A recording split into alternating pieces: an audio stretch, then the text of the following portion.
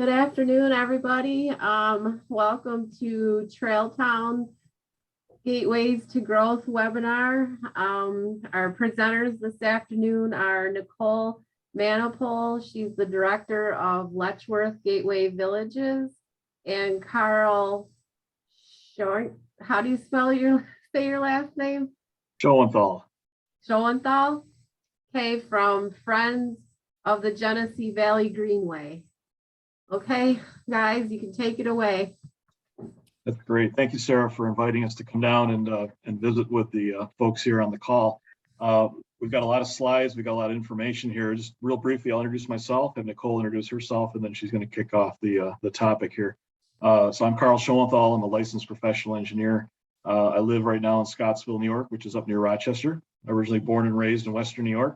I'm a property owner in Allegheny County and have been very excited about the opportunity to present this program for you. Some other professional affiliations: I'm a deputy supervisor for the town of Wheatland, a vice president for the Friends of the Genesee Valley Greenway, volunteered in other various capacities at the municipal level, including consultation to planning boards, zoning boards. We run a couple small businesses in our hometown, a bed and breakfast and a coffee shop. And I'm a professional engineer by trade, and I have a full-time job doing that as well. So a little bit about me. So Nicole, pass it off to you. Thank you, Carl, and hello, everyone. Again, thank you for inviting us to speak today about the Trail Town program that we're running. So my name is Nicole Manapol, and I wear a few hats. Like Carl, I'm the director of Letchworth Gateway Villages, which is a municipal collaboration that was established in 2017 in Perry Mount Morris and Genesee to really respond to some of the opportunities that they saw coming down the line with increased visitation to Letchworth State Park. As many of you might know on the call, Letchworth attracts nearly 1 million people a year. So that was really kind of the impetus for this consortium that I have been directing for the last several years. I also work at SUNY Genesee as this is that Els guy again, Colin, who you talked to earlier. Okay, bye. As the community development and a specialist at SUNY Genesee. And just a reminder to folks, maybe just to mute your microphones if you're not currently speaking, just for the recording. Thank you. And prior to coming into this role, I spent almost 20 years working as an international development practitioner in 14 countries around the world, many of which with very, resource constrained settings. And the model that we're looking at today is something that I've seen and worked with around the world. And so, what we're going to be talking to you guys about today are trail towns. And, with investments from New York State and private foundations accelerating the growth of long distance trail systems in Western New York, rural communities really have an amazing opportunity to leverage their proximity to trails to spur economic and community development. And so today we're going to be talking to you about our experience developing and implementing a trail town model here, where it comes from, what places that it's been implemented before, and again, just some of our lessons learned, and then leave this open for discussion for anyone on the call who is interested in thinking about how to do this in their own communities. So just a little bit of context first. A lot of people, when I started this role, were asking me, what about sustainable tourism, the outdoor recreation economy? What do you mean by that? And why does it matter for rural communities? So, in a lot of the contexts that I worked in around the world, sustainable tourism was a really important economic driver for a lot of these poorer communities. We had, beautiful landscapes, beautiful natural assets, and what we found and what the tourism industry is that it has been a really important vehicle for creating livelihoods, transforming economies in resource poor settings. And just to give you some context, since the 2010 economic crisis, The travel industry has created 1.5 million new jobs at a 20% faster rate than the rest of the US economy. And to put that in perspective, that's more jobs than the entire manufacturing sector. And so in New York State, again, this is pre-pandemic, but when I started looking into this kind of work, New York State tourism was already the fourth largest employer. And so, you know, the strength and the size of this industry is large, and it really works well with rural areas that are worried about, you know, how do we generate tax revenue as we're losing population? And so tourism, bed tax, all of those types of things are able to bring in that needed revenue without necessarily needing to increase population, though we do see correlation between you know, improving amenities and quality of life for tourism and, you know, repopulating different areas. And the outdoor recreation economy, just like tourism, is incredibly strong. So this was data that came out in 2017 from the Outdoor Industry Association. And you know, their data was showing that $887 billion in consumer spending. And so just to, again, putting that in context, this is, you know, larger than spending. And I think the only industry that outspends is the healthcare industry in the US. And, you know, as their data shows, 7.6 million American jobs were created, 65.3 billion in federal tax revenue. And then in 2018, I think, when I was just starting out in this role, the Bureau of Economic Analysis, which is part of the US Department of Commerce, began counting outdoor recreation as part of GDP. And it represents somewhere just above 2%. But again, I think that's just another reflection of how people are starting to look at the strength of this industry and its impact on the economy. And, you know, looking at outdoor recreation, New York State already ranks fourth among the 50 states for annual consumer spending on recreation. So just behind Texas there. And so for our area, you know, this presents, again, a real opportunity. It's, you know, I started working with a lot of these communities on, you know, again, the impetus being Letchworth State Park that was already attracting nearly 1 million people and generating $51 million in local and visitor spending, which, you know, if we start comparing this to other industries in, you know, kind of Livingston, Wyoming County, you know, that represents one of the third largest employer in our area. So, you know, we already had a lot of people coming here.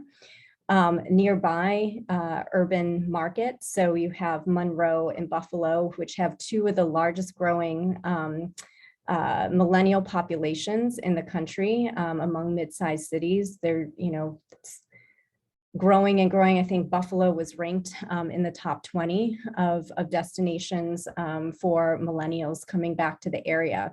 And we're only an hour, 30 minutes from these urban settings. And millennials are a really important group to be watching from an economic development standpoint, because they're the ones who are inheriting all of the wealth right now from baby boomers and from the earlier generations. And they're just at this point of reaching their earning potential. So they're going to be driving trends, markets for the next 30 years. And they're also the largest, you know, generation to date.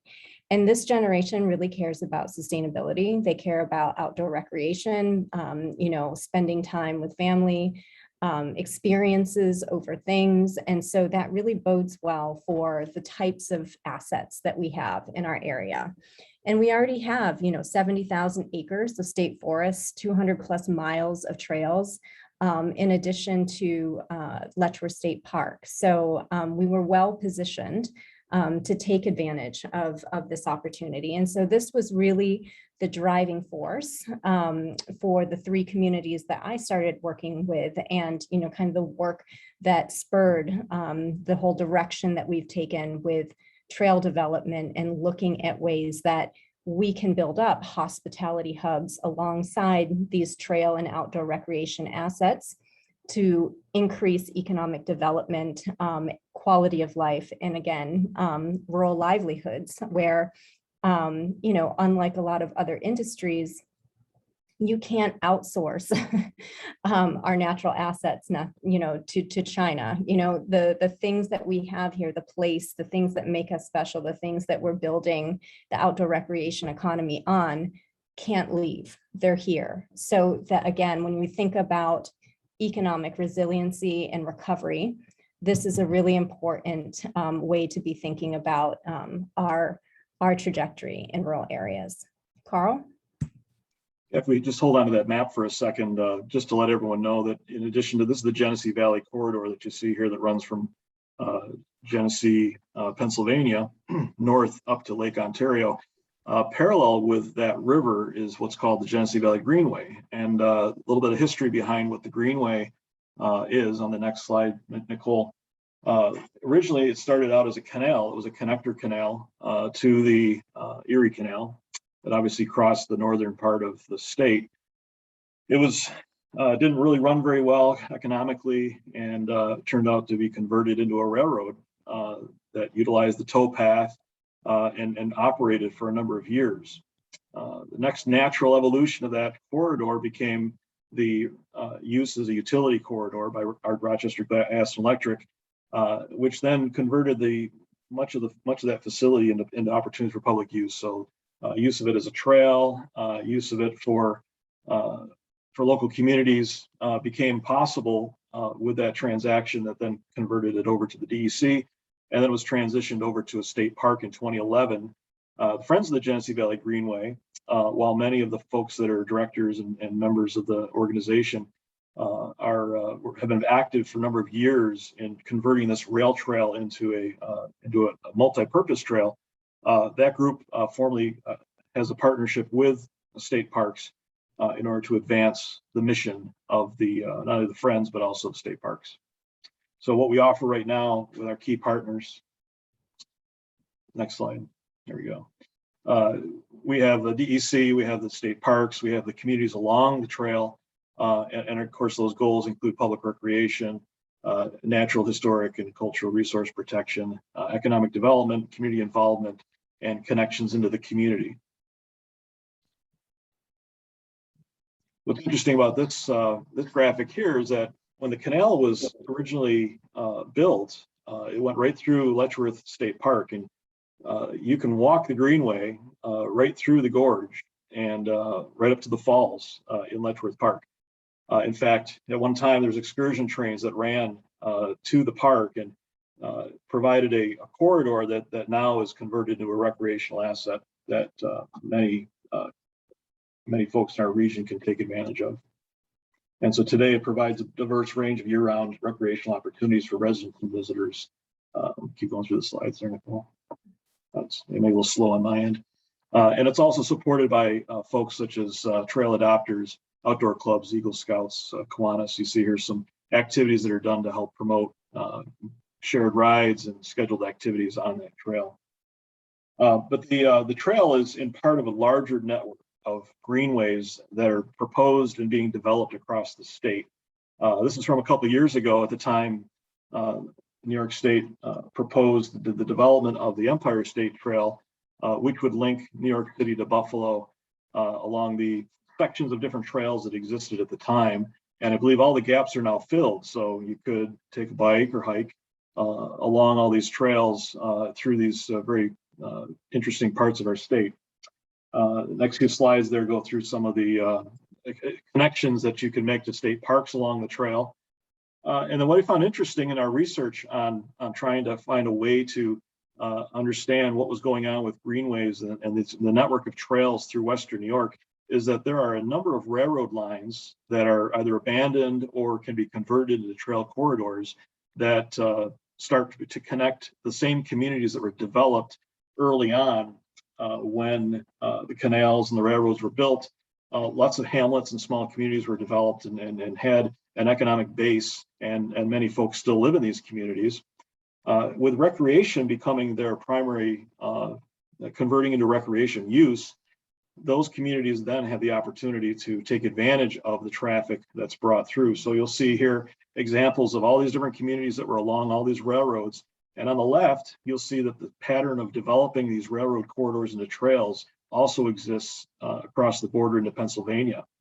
So where these trails and where these railroads start to interconnect, it really brings our communities back together again. It's a real opportunity for our local communities to take advantage of that. We also have hiking trails. Here we have the Finger Lakes North Country Trail that crosses through the southern tier and across to the Catskills and up into the Adirondack Park. And so there's a lot of people seeking out these adventures. They're seeking out outdoor recreation and places to go, and they're finding all these resources that are available on our doorstep. In fact, the next slide shows how one could conceivably take a long distance trip. This doesn't show the extent of this trail, but this is the North Country Scenic Trail that starts, I guess, in Vermont and heads through New York. It's co-located with the Finger Lakes Trail, runs through the southern tier into Pennsylvania, Ohio, Michigan, and continues on, I believe, all the way to North Dakota.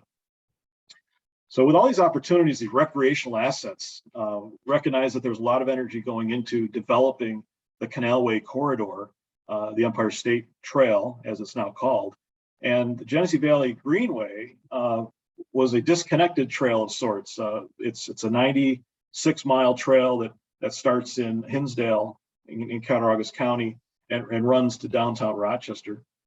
Many parts of it are still yet to be finished or completed because over the years there's been washouts or areas that have degraded over time.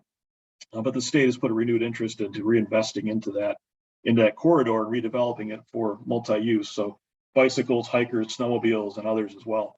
And we got to looking at the proximity of that trail in relation to these other trail systems and recognized in the upper right-hand corner, if you look there, that we have an opportunity to connect our trail system with other trail systems. And could you imagine marketing an experience to people that look for long distance trail hikes or bike rides to consider going to Niagara Falls, the Erie Canal, Grand Canyon of the East. There's multiple bridges. You got Allegheny State Park. If you were to propose that as a 3 to 4 day excursion, I think you'd find a lot of people that are very interested in seeing those world-class tourist attractions. And when you have a trail that connects everything together, they're essentially in your backyard. So we saw that as an opportunity to provide, knowing that there was this emphasis on outdoor recreation. We certainly saw that with the pandemic over the last year or two, the increase in use of all these trail systems and recreational assets is to bring that opportunity into the local communities to help develop and bring some better economic conditions for Western New York. So we looked at what programs would be out there that could help us build a network of trail communities, because every community couldn't just do this themselves. They had to have a consortium or a collaboration of work between multiple communities. And we found examples of this in multiple places. A Trail Town program, which is really what we're going to talk about from here on out, is an attempt to revitalize rural communities, helping to grow outdoor tourism and provide support, much needed support for small businesses. The focus here is on more regional thinking. The Genesee Valley Greenway crosses 5 counties. So how do you pull 5 counties together and communities to try to build something when each of the communities by themselves are small enough that they wouldn't have the horsepower to be able to pull off a tourism venture like this? We were fortunate to have Letchworth Gateway Villages in place, working at the northern gateway into Letchworth Park with 3 small villages, having already developed some of the infrastructure and the tools to be able to expand that system wide and bring some of those resources to us. So we evaluated other models that are out there, and some states have Trail Town programs. If you drive through Kentucky, you'll see a big brown sign along the highway that'll point you to trail towns and encourage you to stop and tour.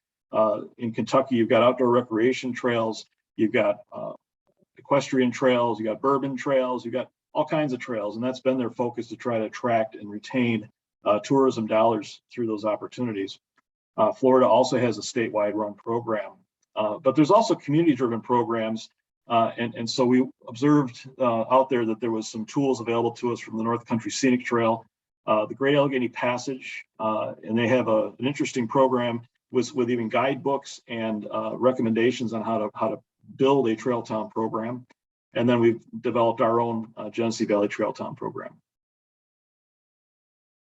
is an example of some of the work that was done in the Great Allegheny Passage. And if you're not familiar, the next slide shows a map of this corridor. It runs from Pittsburgh to Washington, D.C., and incorporates an abandoned rail corridor in the northern part, and then the C&O, Chesapeake and Ohio Canal towpath. And this is a biking excursion that you can get on a train, or you can take and drive your car, go up to Pittsburgh, hop on a bike, and a couple days later, you're coming through all these small towns and ending in either Cumberland, Maryland, or Washington, D.C. So we found that there's examples of where this exists elsewhere, and it's been very successful. The Progress Fund, which was in support of the Great Allegheny Passage program, has demonstrated success in that their overall economic impact to the entire region was substantial. We saw when we observed the success they had, a number of new businesses were formed, jobs were created, communities were revitalized. Not only were the communities revitalized because of tourism, but there was also a renewed interest from the local community to use their facilities and access their trails. And wherever we made improvements or investments in recreational infrastructure as communities or as a county or as a state, that's been a real attraction. You can see this around the country.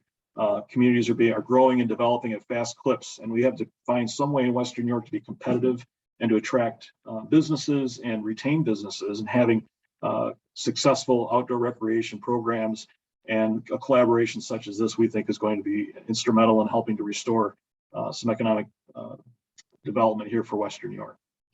So let's get into. I'm going to just interject just to reinforce that. If anyone has been paying attention to real estate recently in our area, I have, because I've been trying to buy a house, but you know, you're seeing more and more people making decisions about where to buy homes based on the recreational assets. And in fact, one of the real estate agents in our network up in Scottsville was just telling us about the number of homes she sold because of its proximity to the Greenway. And I can tell you the same story in Mount Morris, where, you know, again, when Letchworth State Park really, you know, kind of reemerged on the scene in 2015 with the frozen geyser and all of the social media around the fountain that, you know, was mistaken for a geyser. You know, you saw housing, you know, real estate going faster, and you know, now, you know, it's really hard to even find a house in a lot of these areas. So you know, there's definitely a strong correlation between, you know, these outdoor recreation assets and quality of life and the things that folks are looking for these days. Yeah, and running a small business in a small community, your biggest, you know, risk over the years has been, you know, are you going to be able to generate enough market to be able to sustain a business? It takes a number of years to establish the business, but will it sustain itself? Right now, we've got other factors at play that are external, labor shortages and other pressures upon businesses to try to overcome. So it's been extremely difficult, but one highlight over the past year has been the recreational economy has brought back a number of people. And I would have never expected a summer like we've had in the hospitality industry, as far as bed and breakfast visitation, and stops at the coffee shop. So if you've got those struggling businesses in your hometowns, you know, they need a program like this to be able to help sustain what they're trying to do and give them a little shot in the arm. So let's get into some of the details here. I think you'll find this interesting. This is the Genesee Valley corridor here you see on the right. And we just kind of organized it. We said, you know, what do we have here? We've got a 90-mile trail. We've got to look at our proximity to traveling infrastructure. We got the Rochester Airport, which is right across the street from our trail at the north end. We got the Thruway at the north end. We've got the I-390 corridor that intersects with the trail in Mount Morris, which also intersects with the northern gateway into Letchworth Park. We got the southern gateway into Letchworth Park, which is in Nunde and Portageville. And then further south, you've got some lakes in Allegheny County. And then in Cuba, you've got a direct connection with the I-86 corridor. So I was talking earlier about Kentucky. You've got those road signs that you see on the highway pointing people to get off and visit a trail town. We've got, you know, 3 opportunities for that. And we consider those gateways. So trail town gateways, this is your entryway into this recreational resource.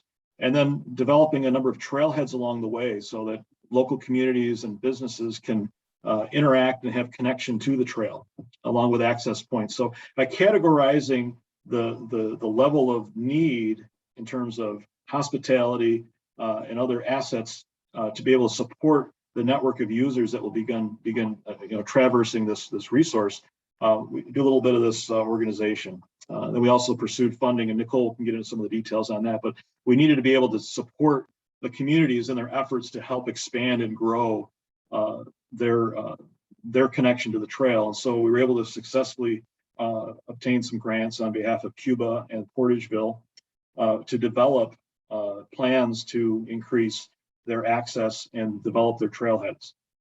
We also were able to successfully apply for and earn the support of USDA, rural development, with respect to developing a trail mapping tool, and the Northern Border Regional Commission, which is similar to the Appalachian Regional Commission, which you have in your area, was also able to successfully provide funding within Livingston County and some of the other amenities we tried to develop. But the assessment part of this is really where we started. We went out and had some volunteers go out and just try to get a sense for, if you went to a gateway village like Cuba or went to a trailhead in Nunde, what did you find? Did you have the necessary markers and assets there to help provide safety, security? Could you park a bike? Could you store a bike? Could you stay overnight? Could you camp? Like are all the things that someone who's going to travel these trails, are they going to find these things? And so there's a lot of good guidance that was able to help us through this.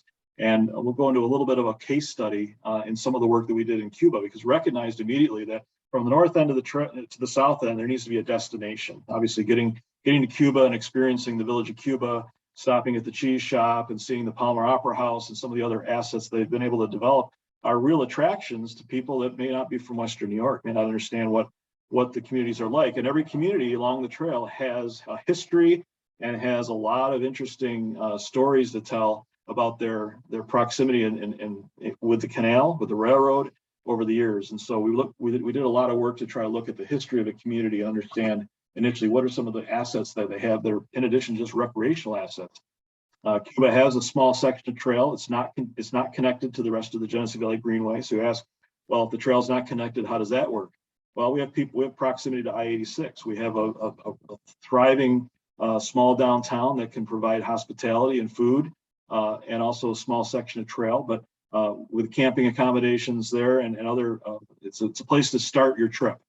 The Greenway, as it continues to be invested in by the state to be completed, there'll be sections that'll be coming online that'll help to make the course of the trail entirely off the road. But there are sections where you have to go through the village and work through. But you pass businesses, and you also pass other opportunities to spend money as you go through the community. Some of the policies that we had to take a look at, which were helpful in us obtaining grants.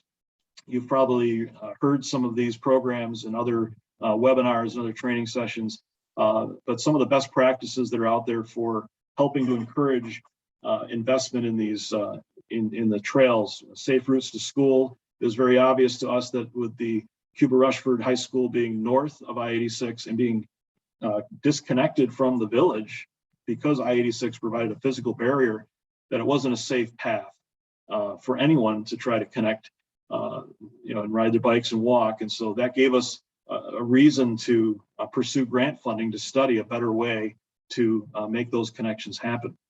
Complete Streets is another program that's out there that looks at highway corridors and finds ways to improve the pedestrian experience and bicycle lanes.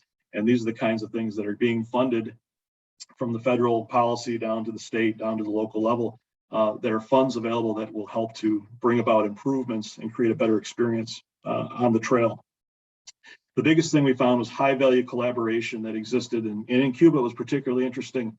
Once we presented the ideas around Trail Town, it was very quick that municipal leaders jumped on board and showed support and interest. Town, village, chamber, high school, school district, nonprofit organizations, the historical association, the library, Palmer Opera House. A number of folks jumped in and said, "We're about this. Let's get after it and make something happen." They saw the opportunity immediately, and were very good working together on this program. So we evaluated things like their comp plan. Actually found back in 1993 that they'd done a master plan and identified a lot of the same things that we were looking at that were still in need of development. So we were able to, from the Friends of the Genesee Valley Greenway and our professional expertise in Letchworth Gateway Villages, bring some recommendations and help write some grants to help build the capacity necessary for the community to start developing these resources. We also looked historically. We pulled up old maps and said, you know, what do we have in the area? Are there any stories that we need to tell? Are there any interesting tidbits out there? In Belfast, there was some story about some tax collector coming into this warehouse that existed on the Genesee Valley Canal, and they were shot because they came in to collect a fee. And so we've got interesting stories that are out there, legends that we need to tell, and it's very interesting for those that ride these trails to find these things out as they go along. It's very much an opportunity to share these things. The next slide is another example of an old Sanborn map that we found that showed what existed when the canal had been abandoned and the railroad was there. So we can recreate some of these things either through interpretive signage or through just recreating the experience and bringing the history of our communities alive. The next couple of slides kind of shows you our progression of the way we worked. We pulled up some high accuracy imagery to be able to see where the corridor was and the work that needed to be done within the community to connect from the trailhead that exists now south of the village and connect up to the school. And then we'd look at different routes through the village and consider what are some opportunities here to connect to the Main Street Business District. What does it mean to connect, and where do we establish a gateway for Cuba? Is it going to be in the middle of the village? Is it going to be out at I-86? Is it going to be down where the gateway, where the trail starts now? And then we were able to put together an action plan in support of whatever the improvements were that we were trying to do. In the next slide, Nicole shows the results of public input, public interaction, and some consulting work that the state brought to bear for the entire Greenway corridor. What were some of the things that were identified as issues that need to be overcome? And this is the basis of a whole comprehensive plan with activities that the state is going to be sponsoring and developing over the next few years. It was important to us to make sure that we had the proper organization in place. We borrowed this from the Kentucky Trail Town program. We really need to have a good leadership, and it's a consortium-based approach. So you've got your municipal leadership, you've got your chambers, you've got your business owners, you got your residents, you got your school board and school district teachers. You know, we've been able to, within Cuba and all the other trail town communities, been able to put together a nice mix of folks. The diversity of talent that's available within the community is able to handle such things as working with the merchants and promoting the trail, working with volunteers to help complete different projects that need to be done, develop signage and develop the pieces that need to go into place to be able to provide a fully completed vision for how this trail town can be developed. So I'm going to kick it back to Nicole, and she's going to talk more specifically about the approach that we took with some of the communities in the Genesee Valley. Thanks, Carl. Yeah, so I mean, I think something that's been interesting about working in a collaboration with multiple different partners is all the different strengths that groups bring to bear on this. And so, you know, as I was mentioning beforehand, you know, Letchworth Gateway Villages was established really in response to the increasing visitation to Letchworth State Park post 2015, when there was the frozen fountain, and then also the USA Today Reader's Choice poll, which, you know, put Letchworth State Park as the #1 state park in the country. And so there was, you know, a 34% increase in visitation at that moment in time. And a lot of these communities who had been putting significant resources into revitalizing their downtowns over the last 10 years, you know, we're really asking themselves, well, what's next? And so the group that we pulled together and the founding members of this were, you know, folks who've been working in downtown revitalization for many years. People like Rick Hauser, who has Insight Architecture, and Perry, who's also the mayor of Perry. Perry's been a tremendous success story. Louise Wadsworth, who is the head of the Downtown Partnership Program with Livingston County, again, an award-winning program for the innovative, you know, economic development initiatives that they've brought, but also, you know, an intentional focus around our small main streets as assets. And so that was really what kind of informed our direction. And so the Friends of the Greenway and the Greenway State Park, they've been so great. You just heard the story about Cuba. Really great at trail advocacy, at generating resources for infrastructure, the comprehensive planning that is taking place. Letchworth Gateway Villages has really focused on the kind of amenity development and the capacity building of these communities to be able to respond to these opportunities. And so our purpose over the last several years has really been about growing nature and heritage tourism in the Genesee Valley as a way to create jobs, diversify our rural economy, and improve quality of life. And, as we talked about the strength of the outdoor recreation economy when we started, attractive places and quality of life are at a premium in today's economy. And with nearly 1 million people already coming to our area, the folks that started our program really saw tourism and outdoor recreation as the vehicle for, just revitalizing their communities and working on repopulation strategies. And then the other piece that we've definitely seen since COVID is that digital technologies allow people to live and work where they want. And so I came from, as I mentioned, an international career, but I lived out west for many years in California, in the Bay Area. And what we saw out there was, this kind of interesting intersection between the tech industry and outdoor recreation. And so, as people were allowed to work anywhere that they wanted in tech, people were really opting to be close to nature, spending a lot of time on the computer in the high kind of stress environment that can produce. We saw this correlation of those types of people just wanting to be near nature and have those outdoor recreation amenities nearby. And that's really been what's responsible for some of the growth around the national parks out west. And we see similar things here happening on the East Coast. The Shenandoah Valley down in Virginia, outside of DC, is another major area where we're seeing that type of growth. And we are also starting to see that a little bit here post-pandemic.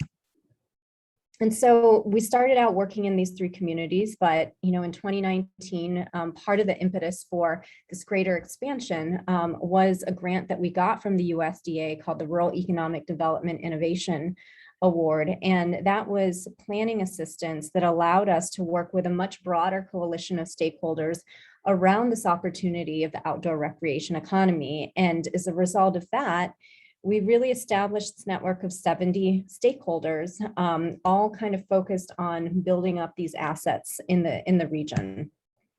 And so our main purpose is network building. We do, as I've said, a lot of projects that are building our capacity to work together across counties, across municipalities. We work with entrepreneurs, helping them mainly in the online space around digital technologies, and we provide strategy and insights for municipal leaders to make more informed decisions. And so over the last several years, we've proven that this model can work, this model of municipal collaboration. And as we started looking at, working with the Friends of the Genesee Valley Greenway, and they brought to our attention this model of the Trail Town, we started realizing, wow, we're already doing this in these 3 communities. We're not talking about a trail necessarily, but the same idea with a natural outdoor recreation asset like Letchworth State Park, in the proximity of our communities, and how do we begin developing them as hospitality hubs. We realized we had already done about 90% of what a Trail Town program is. And so over the last several years, as I mentioned, we really focused on relationship building and collaboration. We built this network of 70 stakeholders. We revived a regional identity, the Genesee Valley. We built a platform, like Carl talked about some of the infrastructure earlier, and this has been a big one, is exploregeneseevalley.com, which is a interactive digital map guide that shares stories, that is powered by local voices, and highlights some of the best outdoor recreation and other tourism attractions in our area. We've increased the online presence of 270 tourism-related businesses from 40% to 72% in 3 years. We've helped create 12 new hospitality-related businesses in our 3 communities, created 24 and retained 47 jobs. And together, we've generated, over $800,000 in public and private funding that none of these communities could have done on their own. And just, to re-emphasize the power of this collaborative network, last year during the pandemic, with essentially $27,000 that, our members all chip in collectively every year, we were able to leverage 1.2 million in new federal investment. So we got, as Carl was mentioning earlier, 268,000 to launch the Trailtown Initiative and a digital trail mapping project to grow our region's recreation economy by connecting cyclists, paddlers, equestrian hikers, and others along the 200+ miles of trails, blueways, and cycling routes in the Genesee Valley. We got $150,000 to establish the Rural Innovation Institute at SUNY Geneseo. And again, this is kind of developing the workforce development arm. So if we are trying to create a sustainable tourism and outdoor recreation economy, we need the workforce that can sustain that. And so a lot of what we've been doing through SUNY Geneseo is developing training opportunities and things that speak to that side of things. And SUNY Geneseo actually just launched a new sustainability degree, which is the first in the SUNY system, which will dovetail really well with the work that we're doing. We also helped the Landmark Society and New York State Parks get a $750,000 grant from the Paul Brune Rural Revitalization Fund, a federal program, and they've just are about to kick off their second round of grants for rural communities. And that program is called the Genesee Valley Rural Revitalization Grant Program. And so as we started thinking about, okay, we have this model, we've actually done about 90% of what a Trailtown program is. Why not, try to replicate that amongst a larger network of communities? And so the folks who have been working with us and the communities that have been working with us under the USDA Ready opportunity all kind of put up their hands when this opportunity came up to develop a broader Trailtown program for the Genesee Valley. And so this past year, we've been working with these 7 new communities: Avon, Nunde, York in Livingston County, Scottsville, the town of Wheatland in southern Monroe, and then Hume, Canandaigua, and Cuba in Allegheny County, in addition to our original 3. And as you can see, our goal is creating this kind of network of hospitality hubs along the Genesee River and the Genesee Valley Greenway corridor. And so what are the component pieces of a Genesee Valley Trailtown program? We do assessment and research. So, a lot of what Carl was showing you earlier with our kind of assessment tool, we've adapted this for our area. We've worked very closely with Parks and Trails New York, another big partner in this effort, to do on the ground what we call bike around assessments. So this is visiting your community as if you were a cyclist coming from somewhere else, to really look at your place through the eyes of a visitor. And what are some of the strengths, what are the weaknesses? And so we've been working through that with each community. We've been doing, we deployed a visitor survey that will be closing in the next few weeks to, again, understand what visitors are experiencing while they're here and how we can enhance that experience. ExploreGeneseeValley.com is our platform for consistent trail-wide marketing. And again, we do a lot of coaching for businesses on how to, maximize their online visibility and take advantage of, some of these free resources that we've established. Business coaching and networking. And then with the physical improvements and amenities, this is really where we've partnered with the Friends of the Genesee Valley Greenway and the work that they've been doing with Wilson to get those small infrastructure grants and planning grants for communities. We also have a small pot of money for Livingston County that we will be deploying next year to, create some projects that have come out of some of these assessments and figuring out what kinds of amenities these communities need. And Parks and Trails New York also has a small grant program that our communities will be able to access next year.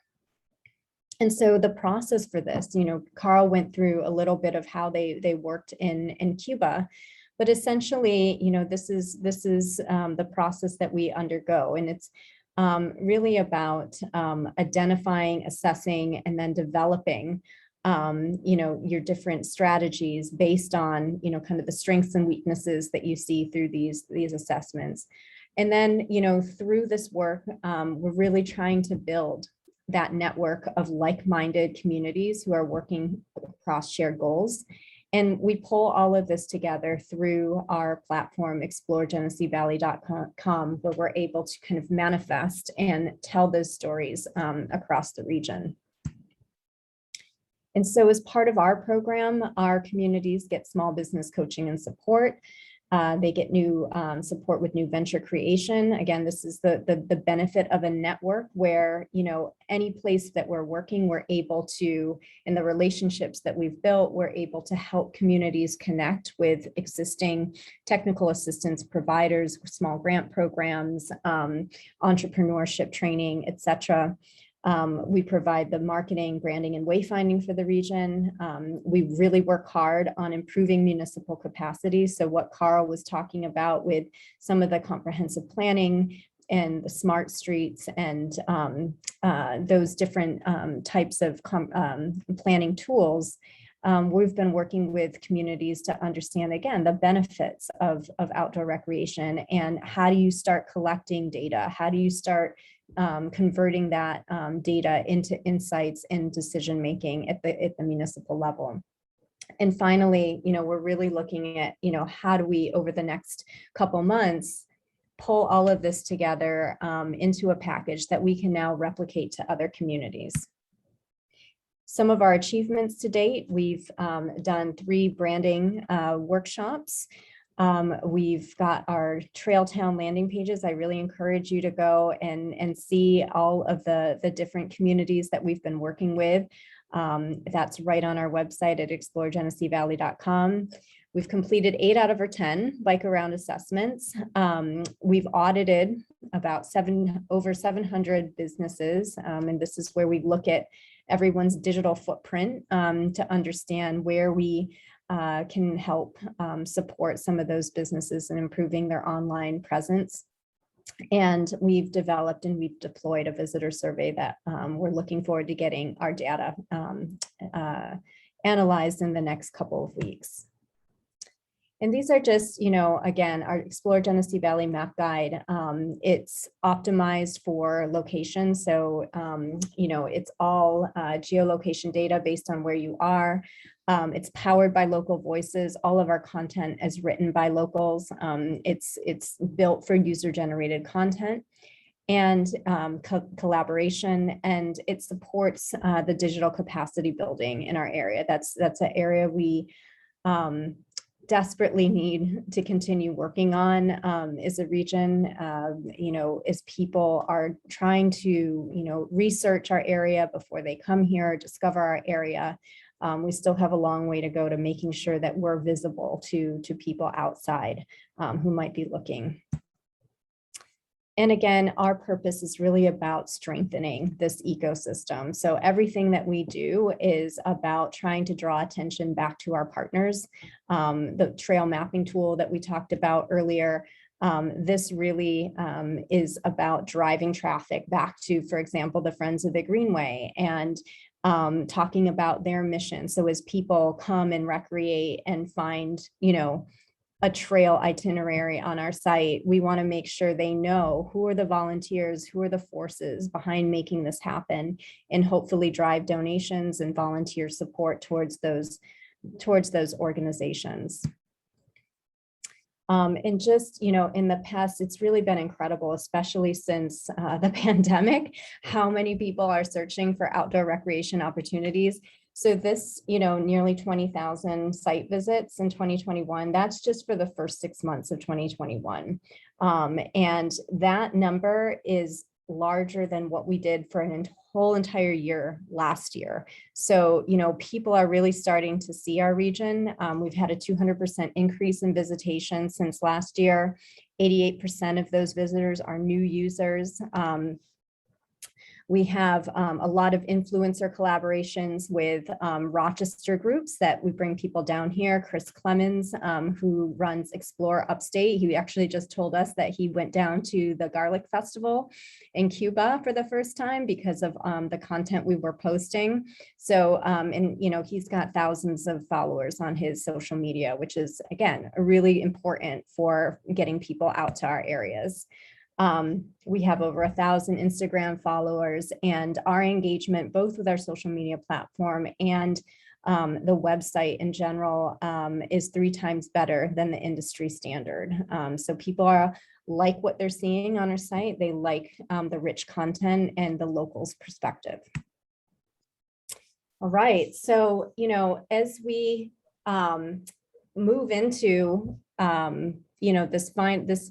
the end of the year, and we're kind of coming to a close with our different communities and kind of packaging up and all of our learning, we're looking at a lot of different future opportunities. And I think if there's anything you walk away with from this presentation, I hope it is the sense that we have such an incredible opportunity here in Western New York. If you go back to those slides, I'll let Carl talk a little bit about this, about the different trail systems, but we really are somewhat of the last frontier, not only in Western New York, but is a critical hub for connectivity between the trails that are going through Pennsylvania all the way down to Maryland, the North Country Trail, the Empire State Trail that if you wanted to, you could go all the way out to Wisconsin or all the way to Vermont. We're really that kind of missing link here, and there's a lot of new investment, a lot of interest in this. And so, now is the time, I think, as communities, as, planning groups, to think about this more holistic approach to community and economic development, and looking at perhaps some of these non-traditional sources of infrastructure in our community, which, they used to be railroads and they used to be canalways, but are now serving a different purpose, and are equally as important to new types of economic development. So, yes. Carl? I would add to that it's the competitiveness of this market and the proximity to the customer base. So we looked at Southern Tier, Allegheny. If you go to the next slide, we actually did some investigation of what was going on outside of the Greenway, because we understood what was being focused and the attention going to the Greenway in particular. But we looked at Allegheny County has had a great initiative here at the legislature level to form a committee to look at not only biking and hiking, equestrian, 4-wheelers, snowmobiles. It's a collaborative effort with all uses of trails. And they've identified their assets and their corridors, and they've rebranded Allegheny County as the Western New York Wilds. So when you can consider tying in the Erie Canal corridor with Western New York Wilds and the Niagara Frontier, of course, you've got the Buffalo Bills. So you got a lot here that we can market as a region. And there's a lot of attention being focused coming into Western New York that in the past may not have quite been as attractive as we would have preferred it to be. Cattaraugus County as well here. We looked at the map. And the work that's being done actually from some folks out of Buffalo called Go Bike, and the same consultant that's working for them has been consulting with the state on the Greenway. But the completion of these trail corridors, and there's a lot of work yet to be done, but as these trail corridors get completed, the communities along these trails, Ellicottville, Salamanca, Olean, these are going to be connected to these trail systems. And then on the earlier slides, we had the Chautauqua County trail systems are connecting into Pennsylvania, Lake Erie. This is a real competitive advantage for us to be able to show the Grand Canyon of the East, Erie Canal, Niagara Falls, Allegheny. You really start to put together a world-class destination. And Western New York becomes a destination like the Finger Lakes or like other parts of the country.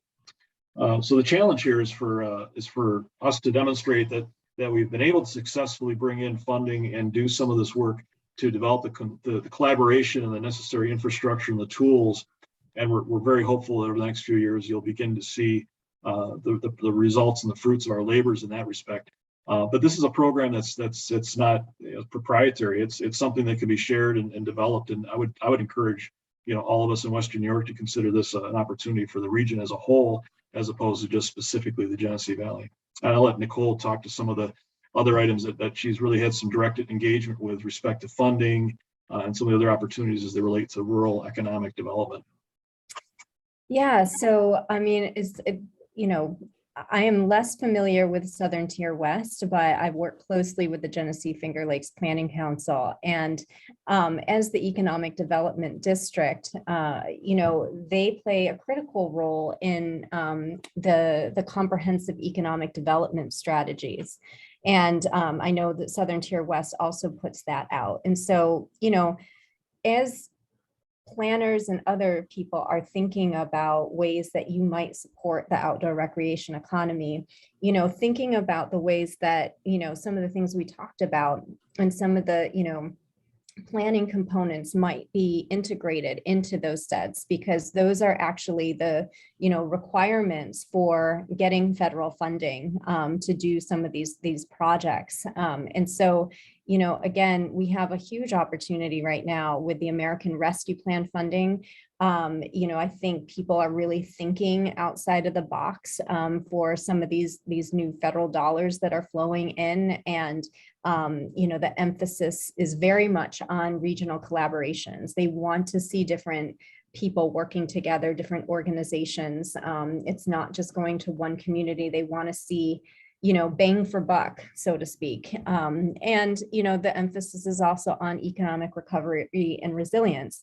And I hope that, again, if there's anything you walk away from today, you understand, the opportunities that trail development, outdoor recreation can have an economic recovery and resilience. Again, our nature-based assets are here. They're not anywhere else. And so trying to build livelihoods, trying to build businesses around those assets mean that those things stay here. And that's really, really critical, again, for our resilience strategy. Infrastructure, we talked about workforce development. Again, there's huge opportunities through here. One of the areas I often look at is Colorado. Again, they really leverage technology with the outdoor recreation and outdoor economy to develop some really innovative companies out there that, everything from, apps that are helping manage public lands and with ranchers, and to, outdoor recreation equipment and clothing and things like that. So there's a lot of really interesting ways we can think about workforce development, entrepreneurship, and innovation. And again, a huge focus is on rural. And we are a rural area, and there's a lot of, support for some of these federal dollars specifically for rural. So again, these are all things to kind of think about as, these funding streams come down the line in ways that municipalities are having access to this, counties, we can be partners in thinking outside of the box on how to, think about using those funds for things other than, the typical kind of municipal water and sewage and things, all very important. But, this is kind of a once in a lifetime opportunity with some of this funding to do things that are really transformative. And this type of development certainly fits that bill. So if you want to learn more, here's our website. We'd also invite anyone who wants to learn more to attend our summit that's coming up on October 29th from 10 to 4 at the Genesee Country Village Museum. This is really an opportunity for new people, new communities to learn about the program. We'll be sharing our lessons learned from this year, going over the insights and the data collected from our visitor survey, and be doing a lot of skill building workshops around, trail advocacy, fundraising, partnerships, and marketing and communications. So anyone is welcome to that. You can sign up on our website. Or contact me or Carl. We're happy to answer questions. And so with that, we will open it up to any questions. that folks might have. And I'm going to stop sharing my screen.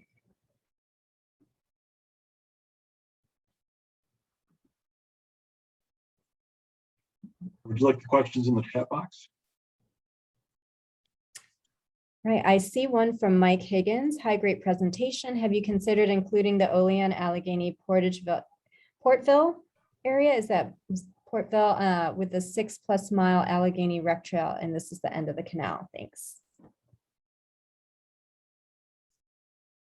Right, and I see, sorry, you answered that already. Well, yeah, definitely. The idea here is, and we're excited about the fact that there's a chance to connect trail systems together, because someone might start, and do an I-86 trail, experience, start in Cuba and end up in Olean or whatever. Certainly, there's been a extensive network of snowmobile trails and other recreational trails, mountain biking trails, parks, trying to connect the parks together. There's a lot of emphasis being placed at state in their planning and advocacy for these sorts of things.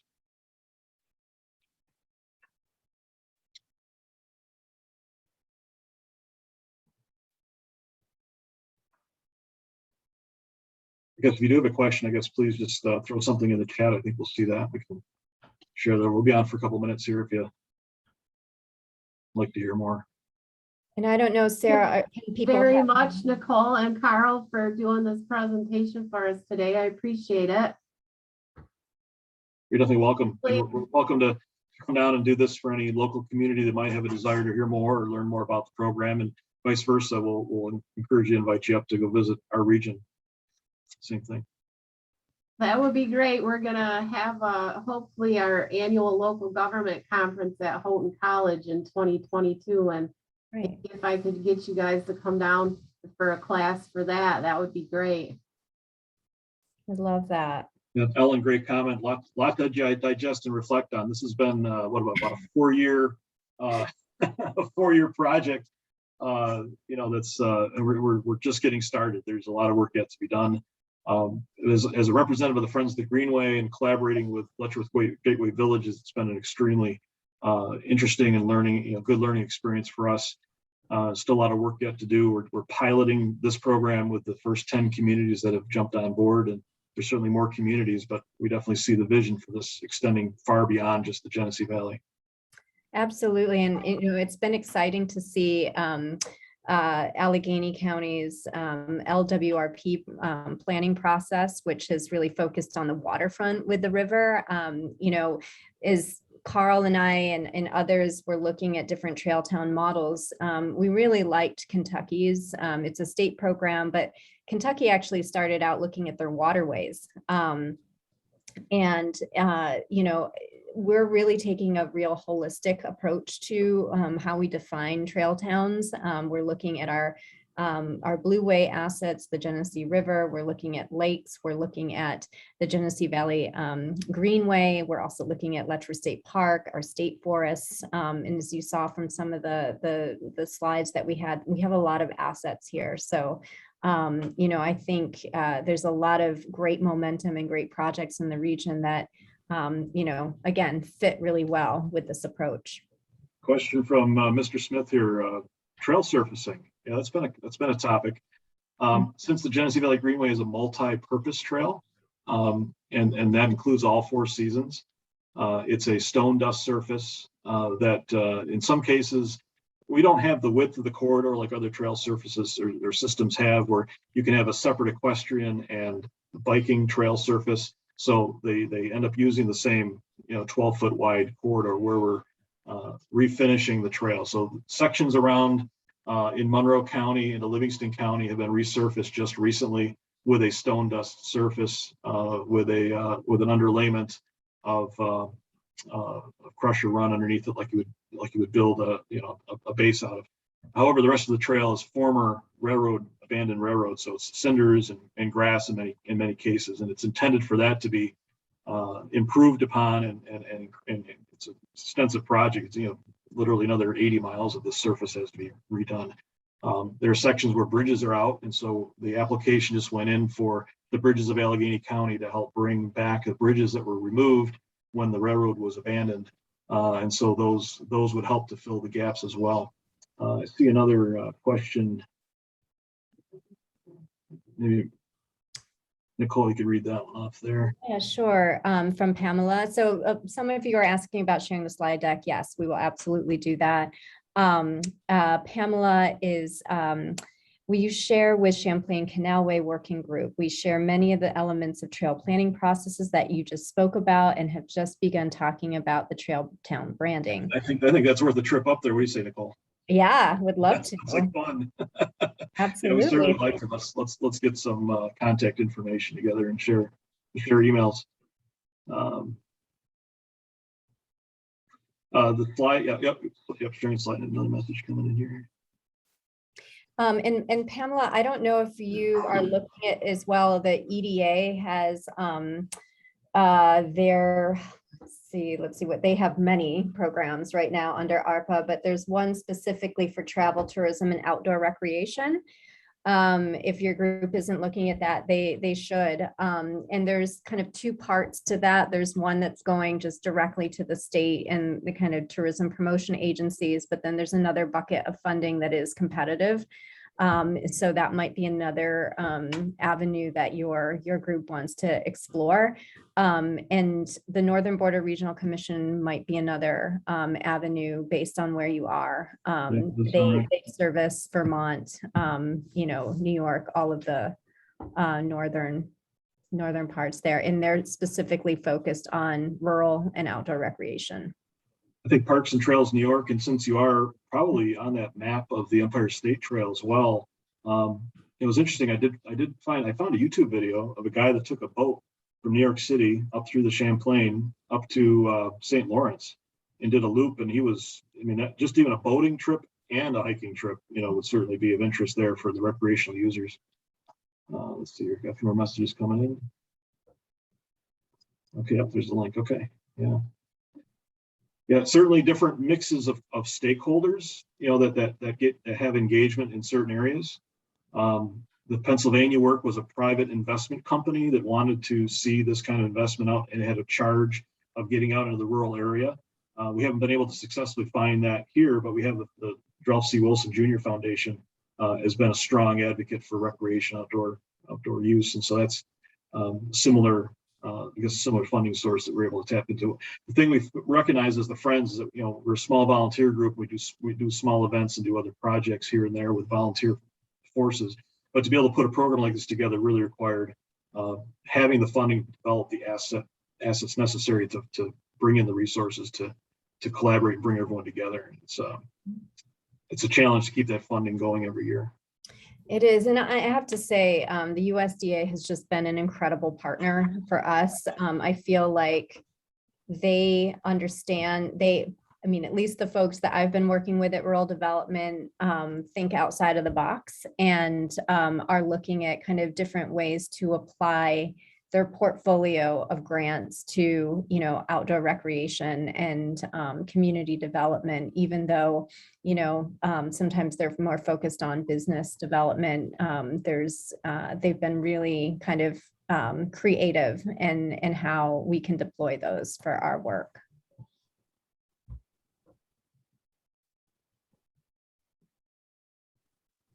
I'm going to start calling on people to ask questions, Nicole.